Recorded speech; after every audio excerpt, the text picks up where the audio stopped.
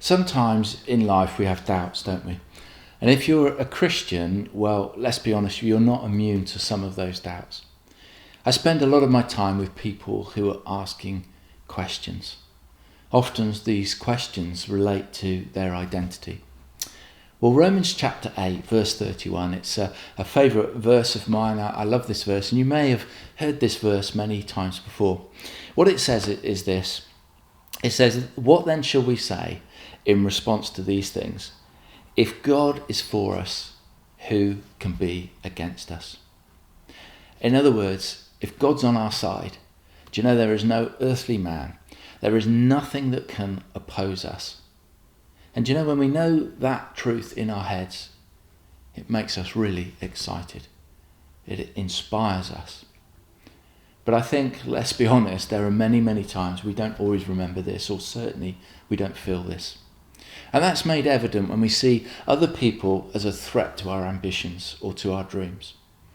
Or maybe other people, and we just see themselves so much better than us that we can not compare with them in any way. We lose our focus on what we should be doing and who God says we are. I'm reminded of the Bible story of Saul and David.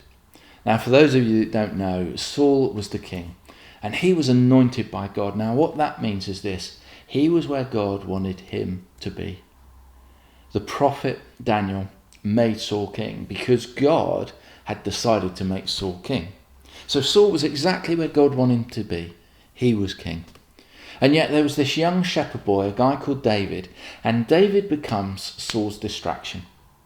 Saul enlists him in the army, and David becomes a fighting warrior. He wins many battles. He's awesome. And he does it all on behalf of Saul.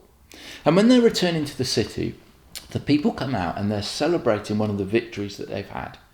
And Saul overhears the people singing, but he doesn't like what they're singing. You see, they sing, "Saul has killed his thousands and David his tens of thousands." The Bible says that from that moment, when Saul heard the people celebrate David, he saw David as a threat. You know, he'd forgotten who he was in God. And as a matter of fact, if you then look forward at the story, Saul gets into an argument later on with his son Jonathan.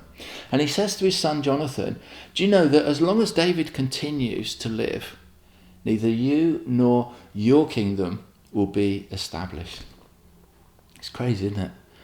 You see, Saul says to Jonathan, that kingdom that God gave him is threatened by David. You see, Saul forgot something very important, and it's the Romans 8 verse that we started with at the beginning. He has forgotten whatever purpose God places on our lives, there's no man on earth that is a threat to it. Because if God is for you, who can be against you? So stop feeling insignificant. Stop basing your qualifications on what someone else does or doesn't do. Stop feeling like you don't measure up, or you don't matter, or that you're not good enough. Maybe it's because of what someone else has said, or maybe it's because of what someone hasn't said. But I want to say to you this morning, if God is for you, who can be against you? Have a great week. We'll catch up again soon.